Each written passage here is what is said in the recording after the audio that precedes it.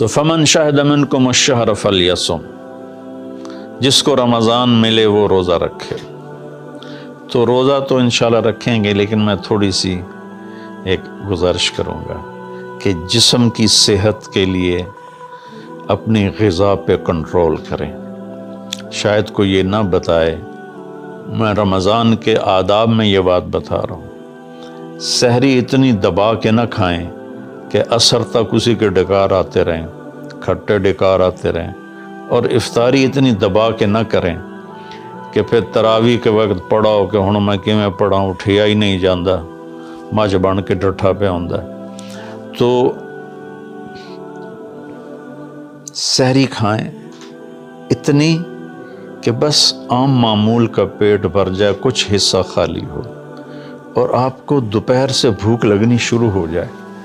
جب آپ کو دوپہر سے بھوک لگنی شروع ہوگی تو آگے 6-7 گھنٹے کا سفر ہے، اس میں پوری مشین خالی چلے گی، تو جتنے گندے مادے اور فاسد مادے جمع ہوتے ہیں وہ سارے جل جاتے ہیں۔ اچھا، رمضان کے دونوں طرف معنی آتے ہیں، وہ میں بتاتا ہوں، ابھی میں جسمانی بتا رہا ہوں۔ اچھا، ایک اور بھی بڑا خوبصورت رمضان کا معنی ہے۔ اللہ کے نبی نے فرمایا کہ یہ نہ کہا کرو رمضان آ گیا اور رمضان چلا گیا، کہو رمضان کا مہینہ آ گیا، رمضان کا مہینہ چلا گیا، چونکہ رمضان اللہ کا نام ہے، رمضان اللہ کا نام ہے۔ اللہ اس میں اپنے بندوں کے گناہوں کو جلا دیتا ہے، تو اس لیے یہ تفسیر رازی کی روایت بیان کر رہا ہوں، اس کی صحت اور ذوف کے بارے میں مجھے نہیں پتا۔ تو رمضان کہتے ہیں جلا دینا، جلا دینا یا جل جانا۔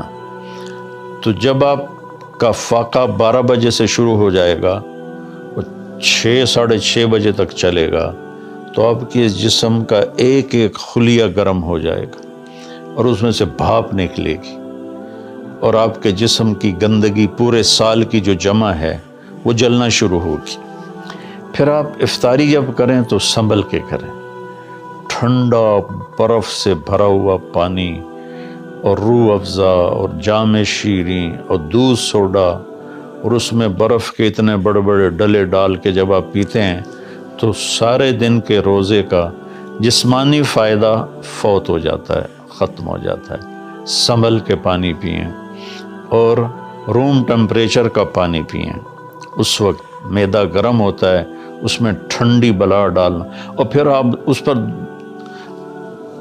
دوسرا ظلم یہ کرتے ہیں کہ اتنا ٹھنڈا پینے کے ساتھ گرم گرم سموسے کھاتے ہیں، گرم گرم پکوڑے کھاتے ہیں، اور کئی ماشاءاللہ ساتھ وہ پیس کو بھی ملاتے ہیں، کوئی چانپیں ملاتے ہیں، کوئی پیس ملاتے ہیں۔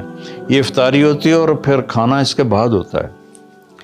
تو سادہ پانی سے روزہ افطار کریں، اور مغرب کی نماز کے بعد ہلکا پھلکا کھانا لیں، اور پھر تراویح کا انتظار کریں، تراویح پڑھیں، اور اس کے بعد جس کا ذوق ہے ٹھنڈا پانی پینے کا وہ ٹھنڈا پی لے، گرم کا ذوق ہے گرم پی لے، لیکن برائے مہربانی کئی چیزوں کا، اب میں ایک آپ کو مثال دیتا ہوں۔ یہ ہماری گاڑیاں ہیں معمولی سی، تو ہم اس میں دیکھتے ہیں کہ اچھا پیٹرول کہاں ملتا ہے۔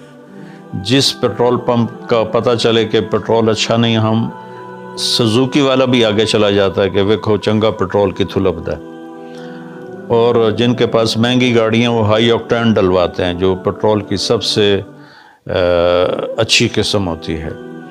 تو ہم اپنی ایک چھوٹی سی گاڑی، چند لاکھ یا چند کروڑ کی گاڑی کو اچھا پیٹرول دینے کے لیے کئی کلومیٹر سفر کرتے ہیں کہ وہاں کا پیٹرول پمپ اچھا ہے، اور یہ جو گاڑی ہے جس کی آنکھ کا یہ ابرو کا یہ جو پپوٹے کا بال ہے، یہ اگر گر جائے تو ساری دنیا مل کے نہیں دے سکتی۔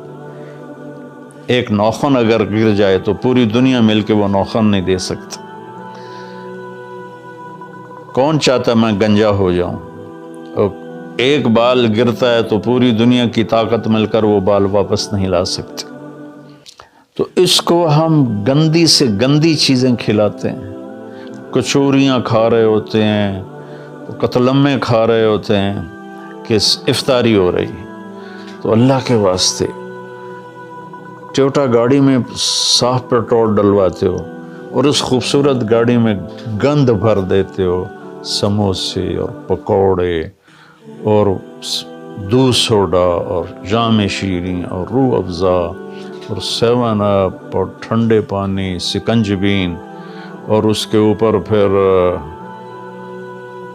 مرغے کے پیس اور چانپوں کے پیس، اور ابھی کھانا بعد میں کھانا ہوتا ہے۔ تو مہربانی کریں، اپنے جسم کی صفائی کریں، اعتدال سے کھائیں، افطاری بھی اتنی کھائیں کہ آپ کی بھوک باقی ہو، تو آپ آرام سے تراویحیں پڑھ لیں گے۔ تو تراویح پڑھیں، پھر اس کے بعد آپ آرام کریں، جلدی سے سو جائیں۔ اور بعض نوجوان ساری رات جاگتے ہیں، ٹھیک ہے، کوئی بات نہیں، جاگیں، کوئی نفل بھی پڑھ لیا کریں، کچھ اپنی گپ شپ بھی کر لیا کریں، اور پھر سحری ایسی کھائیں کہ اب اس میں پراٹھے پک رہے ہوتے ہیں اور ہر گھر سے پراٹھوں کی خوشبو آ رہی ہوتی ہے، تو پھر پراٹھوں کا بوجھ اپنے اوپر نہ ڈالیں، سادہ روٹی کھا لیں، سادہ سالن کھا لیں، تو پورے مہینے میں آپ کے پوری باڈی کی اوورالنگ ہو جائے گی۔ یہ تو جسمانی فائدہ ہوگا۔ روحانی لحاظ سے کیا ہے؟ شہر رمضان، رمضان جل جانا، جلا دینا، رمضان کا مہینہ۔ اس لیے اللہ کے نبی نے کہا، یہ کہا کرو، ماہ رمضان آیا اور ماہ رمضان گیا، کیونکہ اللہ آنے جانے سے پاک ہے، تو اللہ کا نام رمضان ہے۔ یہ امام راضی کی روایت ہے۔ تو یہ نہ بھی ہو تو رمضان میں جلنے کا مطلب کیوں ہے؟ اسی مہینے کے ساتھ کیوں ہے کہ ہر روزے کے ساتھ اللہ اس کے گناہ معاف کرتا ہے، اس کے گناہوں کو جلاتا ہے، اس کی بھوک کی آگ میں جلاتا ہے، جلاتا ہے، جلاتا ہے۔ آخری روزے اللہ تعالیٰ کیا کرتے ہیں کہ اس کے سارے گناہوں کو جلا کے راکھ کر دیتے ہیں، اور اپنی رحمت۔ اچھا، رمضان کا مطلب بارش بھی ہے، جو سبحان، عربی بھی عجیب زبان ہے۔ رمضان کا مطلب بارش بھی ہے، رمضان کا مطلب اگر رمضا مصدر ہو، رمضا، تو یہ بارش کا مطلب ہے، رمضا ہو تو یہ جلانے کا مطلب ہے۔ سبحان اللہ، کہ رمضان ایسا مہینہ ہے کہ اس میں ایسی رحمت کی بارش ہوتی ہے، سارے گناہ دھل جاتے ہیں۔ رمضان ایسا مہینہ ہے کہ اس میں ایسی اللہ کی رحمت متوجہ ہوتی ہے کہ سارے گناہ جل کے راکھ ہو جاتے ہیں، ہوا میں اڑا دیے جاتے ہیں راکھ کی طرح۔ تو یہ تب ہوگا جب ہمارا پورا جسم روزہ رکھے، ہماری آنکھیں روزہ رکھیں، ہمارے کان روزہ رکھیں، ہماری زبان روزہ رکھے، ہمارے ہاتھ روزہ رکھیں، ہمارے پاؤں، ہمارا دل، دماغ روزہ رکھے، تو پھر یہ روزہ، یہ رمضان بنے گا اور ہمارے گناہوں کو جلا دے گا یا دھو دے گا۔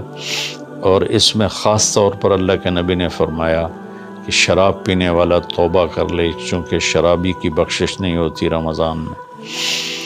ایک ہوتا ہے دلیر ہو کے پینا، کوئی نہیں، کچھ نہیں ہوتا، اللہ بڑا غفور و رحیم ہے، یہ تو سارے پکڑے جائیں گے۔ ایک آدمی میرے پاس آیا، وہ کہنے لگا، جی مجھے شراب کی عادت ہے، چھٹتی نہیں، کئی دفعہ چھوڑی ہے، پھر نہیں چھوٹتی، اور پھر جو وہ دھاڑیں مار کے رویا، اتنا رویا کہ میں بھی غمگین ہو گیا اس کے رونے کو دیکھ کر۔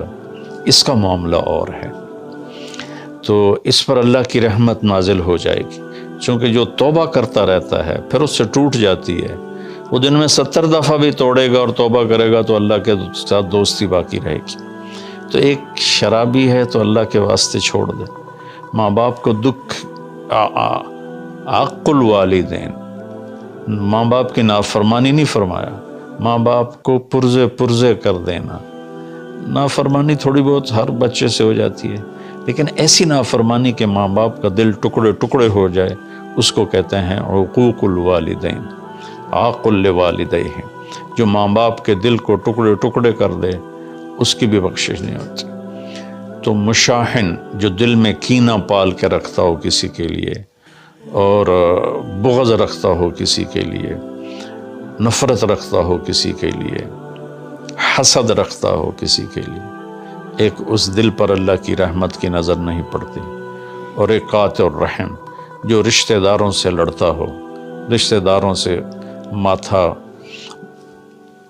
جو مارتا ہو، کبھی سینگ پھنسائے ہیں، کبھی اس کے ساتھ کبھی اس کے ساتھ، خونی رشتوں میں جو غلط سلوک اختیار کرتا ہے، ایک اس کی خاص طور پہ بخشش نہیں ہوتی۔